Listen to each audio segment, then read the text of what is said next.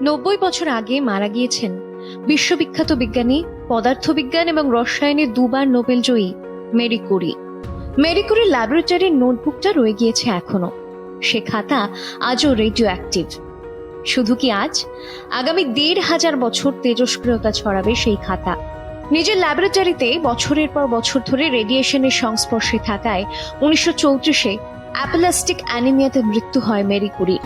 যে খাতায় মেরি মাত্র ৩ বছর 1899 থেকে 1902 সাল পর্যন্ত গবেষণার কাজ লিখে রাখতেন, তা এতটাই রেডিও অ্যাক্টিভ হয়ে উঠল যা আরো 15 শতাব্দী ধরে তেজস্ক্রিয়তা ছড়াবে।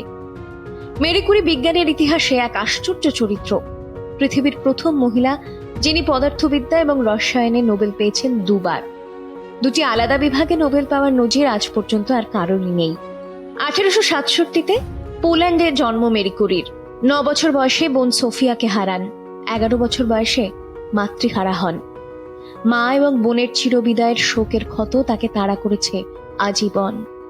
প্যারিসে গবেষণাকালে ইলেকট্রোমিটার আবিষ্কারক পিয়ের কুরির সঙ্গে তার পরিচয় হয়।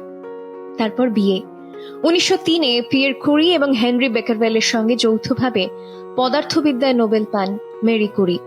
1911-য় মেরি আবার নোবেল পান রসায়নে। নিজের ভালোবাসার কাজের জন্য নিজের জীবনকে তিলে তিলে উৎসর্গ করেছেন মেরি কুরি।